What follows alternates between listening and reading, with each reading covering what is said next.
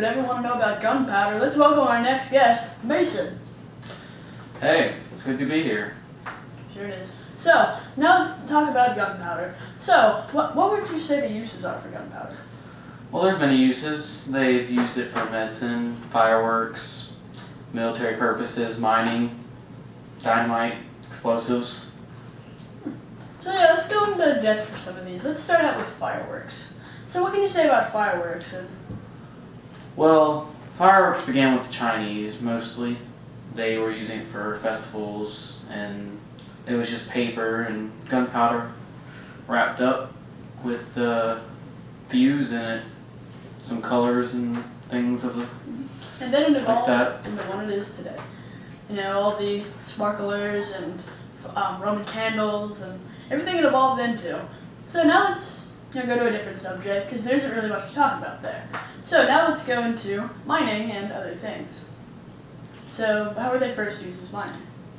Well, when they found out the explosive properties for gunpowder, they began packing it close together and using it to mine out harder objects and substances like rocks and minerals quicker than using pickaxes and other tools of the sort. Now you can see how that can be effective. Now, of course, there can be accidents when this happens.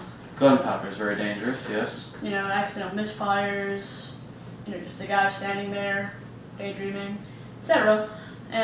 But it was a very good help. I do agree. So I guess now we can move on to the one everyone's been waiting for, guns. Yes. So when would you say the gun was first, when would you say they had the first idea for it? 1600s. Yeah, I can see that. So how would you say that it really changed the whole battlefield? Well, it gave the countries with gunpowder an advantage over the others with the development of weapons, guns that fire projectiles using gunpowder. Okay, what would you say the most effective one would probably be on? Say if someone you were sailing your ship and you see, say, an enemy pirate, what would you say the most effective one would be to ward them off? Well, then you'd be using the cannon, which fired big balls of stone, lead, or other material, metal. Yes, and I can see how that could be very effective because the ships are made of wood, and I can see how a 10, 20-pound ball of metal or stone would just punch right through it. So how would you say, because the English, they used the cannons to pretty much just annihilate everyone else.